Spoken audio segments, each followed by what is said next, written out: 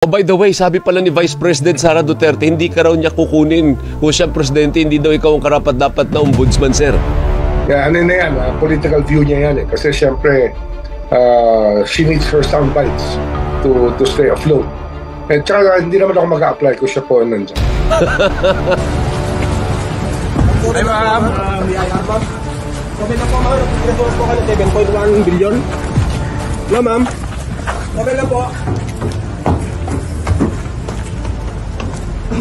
Paano po, sir, kung magkaroon sila ng akusasyon ng anomalya o irregularity? Hindi ako mag-participate. Mag-inhibit ako. Alvin, although it's a remote possibility that they'll be doing that, hindi ako talagang I will inhibit myself from that and let the other ombudsmen, the other people in the ombudsman's office do what has to be done. At least may assurance po. Kasi siyempre kamag-anak niyo yun eh, no? So hindi ikaw makikialam, sir. Hindi ako pwede makialam talaga. Nakakahiya lang na makikialam ako dyan. Kinuha ko itong trabaho to para sa taong bayan. Tama. Sino pala yung mga deputy ombudsman mo, sir? Bago ba lahat? Hindi, mga karir yan. Actually, hindi pa ako familiar. Hindi pa ako familiar sa lahat ng pangalan. Meron kasing suspendido. At meron kami mga iba pang deputy ombudsman na nandyan. And I might create more officers of deputy ombudsman.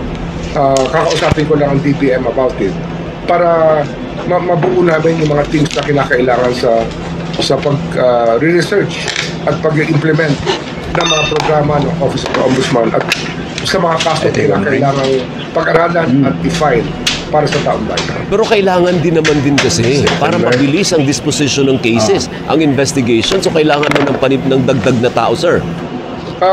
Sa ngayon, hindi pa. Sa top level lang, yung mga pagkakatiwalaan ko, yun marahil may kailangan pa ako. Pero sa loob ng complement ng Office of the Ombudsman, ang dami. Mahigit 100 ng abogado dyan. Baka 200 pa, baka hindi lang. Sa Office of the Ombudsman. Yan po yung ating gagamitin kung wala ho silang political affiliation. Kasi marami rin namang nadampian na rin ng ibang spirito. Alam naman natin yan. Diba? So you're getting more of your trusted men from the Department of Justice to the Ombudsman. That's basic.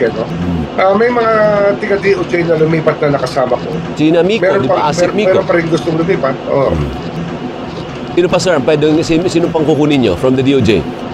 Hindi, meron pa nag-a-apply. Hindi ko muna sasabihin ngayon. Kasi nga, aayusin pa natin yan. Kasi hindi naman pwedeng hubaran mo ang DOJ ng tao na magagaling. Ang DOJ kasi kapartner ng ombudsman niya sa prosecution ng cases. Tsaka sa case build-up din. Diyan natin inumpisahan yung case build-up rule. Kaya ang law enforcement agents ay nakikipag-cooperate pa sa ating mga piskalya. Yun din ang gagawin natin dito.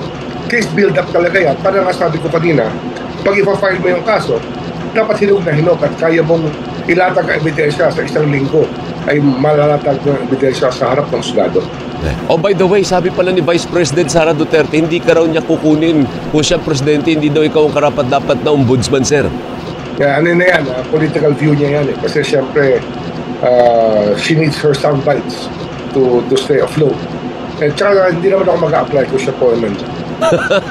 Hindi, pero baka natatakot siya dahil ikaw yung ombudsman. Lagot ba ang Vice President Sara Duterte dahil na ikaw yung ombudsman? Hindi, basta patas tayo sa lahat. Patas tayo. We will follow the rules, Alvin. We will not do anything beyond the rules that are provided by the law and by the rules that were created for this. Ayun, naalala ko na. Ang sabi pala niya, kung talagang tunay ang investigasyon, imbestigahan niyo raw din yung laptop kung saan allegedly involved si former Congressman Zaldico. Now, I remember... Papunta na tayo ron. Kaya nga yung family cases, binunod ko eh. Kasi maraming hindi chinarge dyan sa family cases. Dapat i-charge lahat ng dapat i-charge. Okay. Isa yan sa pinapa-evaluate ko. Kasi bubunutin ko pa lang ang mga records niyan. Papa-evaluate natin yan para makita natin kung sino talaga ang dapat i-charge. So, wish granted. Yung sinabi ni Vice President Sara, gagawin nyo. Yes. Ano yan? Patas yun. Patas tayo dyan. If Zaldico will suffer for it, then so be it. Okay. Sige. Daanan po dyan, ma'am. Please lang po. Please lang po.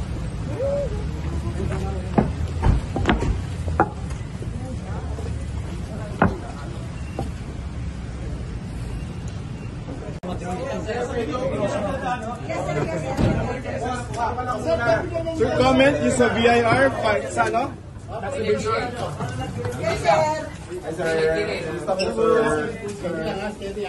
Steady na ako kasundan. Ordinary na natin to. Ordinary na. Okay. Okay, alright. Ordinary ha. Ganyan lang dapat tayo. Ganon. Ganun lang. Hi ma'am. Okay lang po ma'am. Pinasuhan po ka na 7.1 billion. Hello ma'am.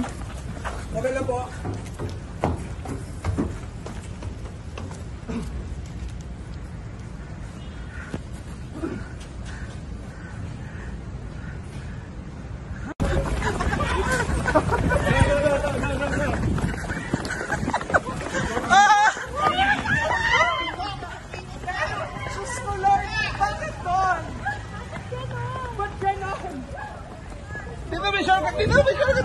Dito.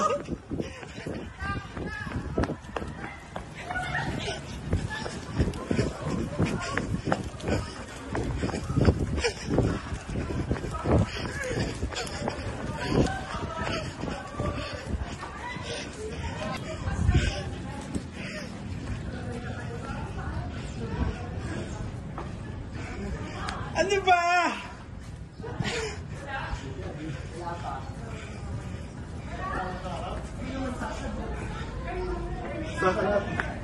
Ayun siya.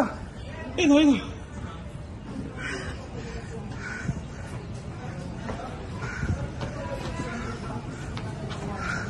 Bababa ulit. Bababa. Saan? Ayan, gumagay. Sayang naman ang outfit, sir. Oo nga, Sir, balik po tayo sa... Mamaya na. Please lang.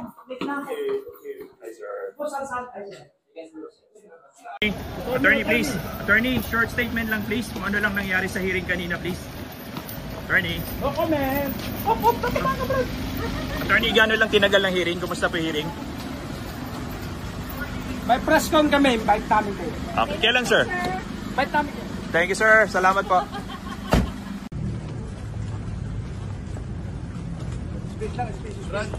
Makakuha kayo ng picture at video, huwag lang yung sa daan. Sige, we will give you time and space. Sige. Sug lang. Kung ayaw magpa-interview, Opo, wala pong interview, sir. Hello, Sir Tully. Sir. Please lang po.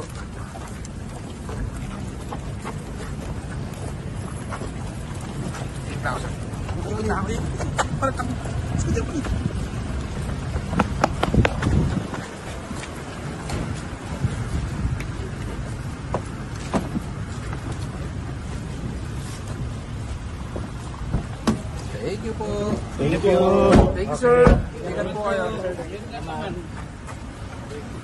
Nakakuha lang kami footage.